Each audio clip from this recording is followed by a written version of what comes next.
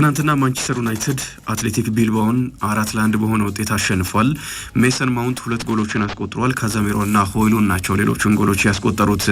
ሚኬል ጃረንጊዛ በ31ኛው ደቂቃ ለቢልባው በጣም ግሩም ጎል አስቆጥሮ መሪ ማድረግ ችሎ ነበር። የመጀመሪያው ማጋማሽ ቢልባዎች አሪፍ የነበሩበት ነበረ። 31ኛ ደቂቃ ላይ የተቆጠረው ጎል ከቦክስ ውጪ የተመታ ኳስ ነው። በደንብ የተጠና የኦናና መረብ ላይ ያለፈበትን መንገድ ተጫዋቹን አድናቆት የሚያሰጠው ነው። እስከ 72ኛው ደቂቃ ማንቸስተር ዩናይትዶች የመጀመሪያ ጎል ለማስቆጠር ታግሰዋል። ሜሰን ማውንት አስቆጠረ። ከዛ በኋላ ግን ሁሉ ነገር የማንቸስተር ዩናይትድ ነበረ። ከ72ኛው ደቂቃ ጀምሮ ጎሎች ተቆጥረዋል። 79ኛው ደቂቃ ላይ ካዛሚሮ፣ ሆይሉን 85ኛ ደቂቃ እና 91ኛው ደቂቃ ሜሰን ማውንት መልሶ አስቆጥሯል። ያስቆጠራት ጎል ደግሞ የማንቸስተር ዩናይትድ መለያ ከሆኑ ጎሎች መካከል አንደኛው ልንል እንችላለን። ከዚህ አስቀድሞ በተለይ ቤካም ከረጅም ርቀት ጎል አስቆጥሮ ስለነበረ ከመሃል ሜዳ አካባቢ ጎል አስቆጥሮ ግብ ጠባቂው መውጣቱን ተመልክቶ አስቆጥሮ ያው የቤካም መለያ ጎል አይነት ነው የተመለከትነው እና እንደዛ እያሉት ይገኛሉ። ከጨዋታው በኋላ ሜሰን ማውንት አስቆጥሯል። በድምር ውጤት 7-1 በሆነ ውጤት ነው ያሸነፈው ማንቸስተር ዩናይትድ። የፍጻሜም ተፋላሚ ሆኗል። በአውሮፓ መድረክ ምንም ጨዋታ ያልተሸነፈ ብቸኛው ቡድን ነው። በእርግጥ እየተጫወተ የሚገኘው በአውሮፓ ክለቦች ሁለተኛው ሊግ ላይ ነው። ትልልቆቹ ክለቦች በአውሮፓ ቻምፒየንስ ሊግ ተሳትፈዋል ግን በዩሮፓ ሊጉም ጠንካራ ፉክክር እየተደረገ ነው የሚገኘው ዘንድሮ። ለዚህም ደግሞ ማንቸስተር ዩናይትድ ራሱ የጀመረበት መንገድ ማሳያ ነው። ተከታታይ 3 ጨዋታዎችን ለማሸነፍ ተቸግሮ ነበረ። በእርግጥ በቀድሞው አሰልጣኝ በቴናክ ስር የተደረጉ ጨዋታዎች ናቸው። አዲሱ አሰልጣኝ ወደ ማንቸስተር ዩናይትድ ከመጡ በኋላ ግን በዩሮፓ ሊግ ዩናይትድ እያሳየ ያለው አቋም እጅግ በጣም የሚያስደንቅ ነው። ሳይሸነፍ የፍጻሜ ተፋላሚ ሆኗል። በእርግጥ ሩበን አሞሪም በስፖርቲንግ ሊዝበን በነበሩበትም ጊዜ 4 ጨዋታዎችን በአውሮፓ ቻምፒየንስ ሊግ መርተው 3ቱን አሸንፈው አንደኛውን ባቻ ውጤት አጠናቀዋል። አስደናቂ ከነበሩ ጨዋታዎች መካከል ደግሞ አንደኛው ማንቸስተር ሲቲን በሜዳቸው በሰፊ ጎል ልዩነት ያሸነፉበት ጨዋታ ነውና ስፖርቲንግ ሊዝበንን እንደ ቡድን አሰልጣኝ ሩበን አሞሪምንም ደግሞ እንደ አሰልጣኝ እጅግ እንዲደነቁ ያደረገ ጨዋታ እንደነበረ ይታወሳል። ያንን አቅም ይዘው ነው ወደ ማንቸስተር ዩናይትድ የመጡት። በአውሮፓ መድረክ ላይ በፕሪሚየር ሊጉ ብዙ ሽንፈት ማንቸስተር ዩናይትድ የተቀበለበት የውድድር ዓመት ነው። 16 ጨዋታዎችን ተሸንፏል። እንደ ማንቸስተር ዩናይትድ ላለ ትልቅ ክለብ የሚመጥን ውጤት አይደለም፣ ግን ያንን የሚያስረሳ ውጤት በዩሮፓ ሊግ የተመዘገበ ይመስለኛል። እየመጣበትም ያለው መንገድ ደግሞ ደጋፊዎችን ቁጭ ብድግ የሚያሰኝ ነው። የግማሽ ፍጻሜ የሩብ ፍጻሜው ጨዋታ ተመሳሳይ ስለነበረ ሁለተኛው ጨዋታ በተለይ ኦልድ ትራፎርድ ላይ የተደረገው ጨዋታ የመጨረሻ ደቂቃን የሃሪ ማጓየር ጎል ማንቸስተር ዩናይትዶች መጠበቅ ነበረባቸውና ከ90 ደቂቃ በኋላ በተቆጠሩ ጎሎች አሸንፏል። በጣም ትልቅ ስሜት የፈጠረ ነው። አስጨናቂ ቢሆንም ግን ከድል በኋላ የሚፈጥረው የደስታ ስሜት እጅግ በጣም ልዩ ነው። ትናንትና እስከ 72ኛ ደቂቃ ድረስ ሲመራ ቆይቶ ከዛ በኋላ 24 ጎሎችን አስቆጥሮ ኦልድ ትራፎርድ ለምን ቲያትር ኦፍ ድሪምስ ነው የሚባለውና ስቴዲየሙ ለምን እንደዚህ አይነት መጠሪያ እንደተሰጠው የሚያሳይ ቢያንስ ደጋፊዎች እንዲያስታውሱ የሚያደርግ ድልን ማስመዝገብ ችሏል። ሜሰን ማውንት ጤናማ ከሆነ ጉዳት ከሌለበት በስተቀር ለአሰልጣኙ አጫዋወት የሚመች ተጫዋች መሆኑን አሳይቷል። ለምን አሰልጣኙ እንደሚያምኑትም የሚያሳይ ነው። የትናንትና አቋሙ ጎል ማስቆጠሩ ብቻ ሳይሆን በአጨዋወት ረገድም ለኛ አሰልጣኝ የሚያስፈልግ ኢነርጂ ያለው ኃይል ያለው ተጫዋች ነውና ሜሰን ማውንት ትናንትና 2 ጎል ማስቆጠሩ የቡድን አጋሮቹም ከዛ በኋላ ወጥተው የማህበራዊ ትስስር ገጾች ላይ በደንብ ያደነቁት ይገኛሉና ተጫዋቹ እንዲመለስ ጤናው ተጠብቆ እንዲቆይ ያላቸውን ፍላጎት የሚያሳይ ነው። ወደ ማንቸስተር ዩናይትድ ከአንዳንዶች ከ55 ሚሊዮን ፓውንድ አንዳንዶች እስከ 60 ሚሊዮን ፓውንድ በሚያደርሱት ገንዘብ 65 ሚሊዮን ፓውንድ የሚሉም አሉና ከፍተኛ ገንዘብ ወጥቶበት ነው ወደ ማንቸስተር ዩናይትድ የመጣው። የቀድሞ የማንቸስተር ዩናይትድ ኮከብ የክርስቲያኖ ሮናልዶ አድናቂ ነው። ለዛ ነው 7 ቁጥር መለያም የሚለብሰውና ደጋፊዎች ተቀብለውታል፣ ወደውታል። ግን ደግሞ ጉዳት ለደጋፊዎች የሚገባቸውን መስጠት እንዳይችል አድርጎት ቆይቷልና ከጉዳት ሲመለስ ለክለቡ እንደሚያስፈልግ ፍንጭ ያሳያል። ግን ደግሞ ተጎድቶ በድጋሚ ከጨዋታ ውጪ ለሳምንታት ከጨዋታ ውጪ ይሆናል። ልክ እንደዚህ አይነት አጋጣሚ መጥቶ ደግሞ ጎል ሲያስቆጥር ደጋፊዎችም ተጫዋቾችም ያሞግሱታል። ትናንትና ለሱ ልዩ ምሽት ነበረ። ሌላኛው በጣም ግሩም ጊዜን በማንቸስተር ዩናይትድ በዩሮፓ ሊግ እያሳለፈ የሚገኘው ካዜሚሮ ነው። አብቅቶለታል፣ ወድቋል። ከዚህ በኋላ አይነሳም። ያ የሪያል ማድሪድ ጊዜው የቆየ ትዝታ ነው። እንደውም የ2 ዓመት ምናምን ሁሉ አይመስልም። በጣም የቆየ ትውስታ ነበር የሚመስለውና በድጋሚ ግን አሁን በዩሮፓ ሊጉ ለማንቸስተር ዩናይትድ ጎሎችንም እያስቆጠረ በአቋሙም አሪፍ እየሆነ መጥቷል። አሰልጣኙም በደንብ ለምን እንደሚያምኑት ከውድድር ዓመቱ ጀምሮ የቀድሞው አሰልጣኝ ኤሪክ ቴን ሃግም የተጫዋች መቆየት አለበት፣ ልምዱ ይጠቅመናል እያሉ ሲናገሩ ነበረ። ሩበን አሞሪምም በተመሳሳይና ትናንትናም ጎል አስቆጥሯል። 51.3% የኳስ ቁጥጥር የተወሰነ ብልጫ ነበረው ማንቸስተር ዩናይትድ፣ ግን በሙከራ ደረጃ የተሻለ ነበረ። 11 ሙከራዎችን አድርጎ ኢላማቸውን የጠበቁ አምስት ሙከራዎችን ስላደረገ ማለት ነው።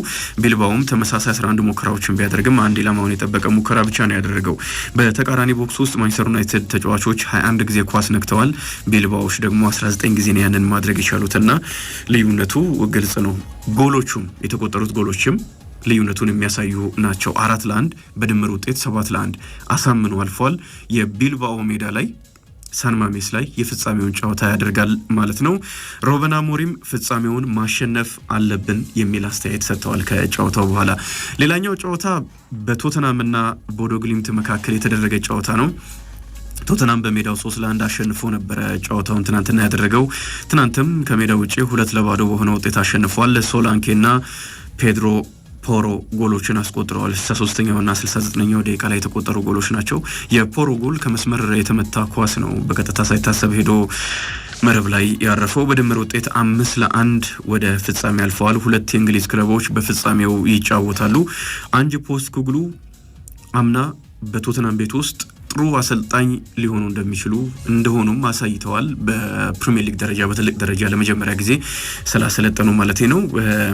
ጥሩ ቡድን ነበረ። ግን ይሄ ውድድር ዓመት በርካታ ተጫዋቾች በጉዳት ምክንያት ከስብስቡ ውጪ ስለነበሩ በፕሪሚየር ሊጉ በጣም ደካማ ውድድር ነው ያሳለፈውና ደጋፊዎች እንዲሰናበቱ ፍላጎት እንዳላቸው በግልጽ በስቴዲየሞች እየተቃወሙ አሳይተዋል። እሳቸው ግን አዲስ ክለብ ከገባው በሁለተኛው ዓመት ዋንጫ የማሸነፍ ልማድ አለኝ፣ ስለዚህ ዘንድሮም ጠብቁ ብለው ነበረ።